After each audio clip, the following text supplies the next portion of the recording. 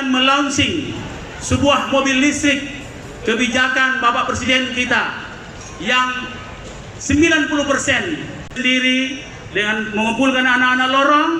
Kita membuat mobil listrik yang insya Allah ini baru prototipe, tentunya banyak kekurangan, masih cukup berat. Kita akan sempurnakan setelah insya Allah kita mendapatkan SKRB atau izin. Mulai fight atau berjuang terus menurunkan inflasi yang ada di daerah kita, karena tidak ada daerah yang berdiri sendiri. Inflasi di Makassar menjadi inflasinya Sulawesi Selatan.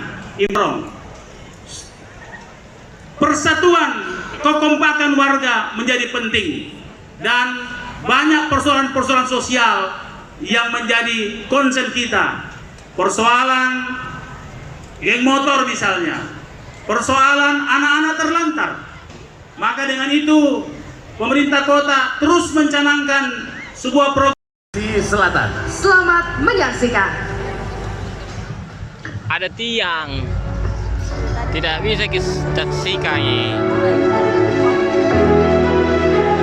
Pemerintah Provinsi Sulawesi Selatan terus mendukung sejumlah pembangunan Kota Makassar.